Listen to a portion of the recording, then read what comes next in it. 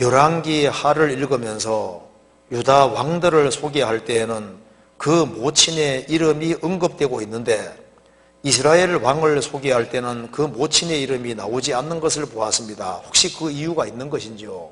이거 참 좋은 질문 같아요. 이스라엘 왕들을 소개할 때는 모친의 이름이 안 나온다 그 말입니다. 왜냐하면 처음부터 잘못된 거예요. 북이스라엘 왕들은 처음부터 우상 숭배를 시작하고 처음부터 영양 주고받을 필요 없이 처음부터 우상 숭배 속에서 선한 왕이 한 왕도 없었던 거예요. 그런데 이제 북이스라엘의 영향을 남유다가 받기 시작했잖아요. 성경에서 특별히 남유다 왕들에 대해서는 모친의 이름이 자꾸 언급되고 있습니다. 자, 남유다는 하나님을 섬기는 사람들입니다. 그런데 그 모친이 누구냐에 따라서 영향을 받는 거예요. 그러니까 북이스라엘은 제 생각에는 처음부터 우상 숭배로 시작했고 처음부터 문제가 있는 거예요.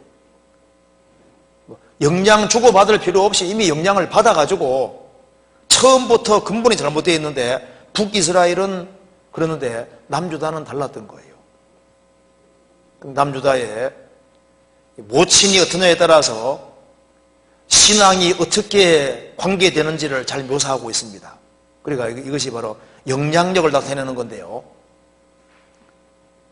누가 모친이냐, 누가 아내가 되냐, 남편이 되냐, 이것이 중요한 문제라는 것을 성경이 다루고 있는 겁니다. 특별히 하나님과 관계없는 사람은 말할 것도 없고 하나님과 관계가 있는 사람이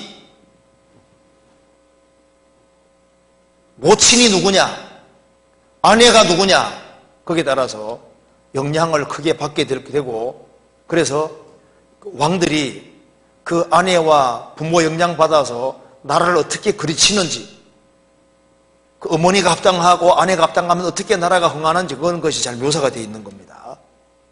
그러니까 이게 영향력을 특별히 신앙을 가진 사람에게 주변에 누가 있느냐, 이게 중요한 것이 되는 거예요. 그래서 내 남편이 누가 되느냐, 내 아내가 누가 되느냐, 이것이 인생에서 가장 중요한 문제가 됩니다. 내가 구원을 받았는데 구원받지 않은 사람하고 결혼했다. 결혼하고 난 다음에 구원시키면 되지, 구원을 사람이 시키냐고요. 그래서 결혼하고 처음에는 깨가 쏟아지는 것처럼 보이지만 사람은 영이기 때문에 육신적인 거로 만족이 안 되도록 돼 있는 거예요.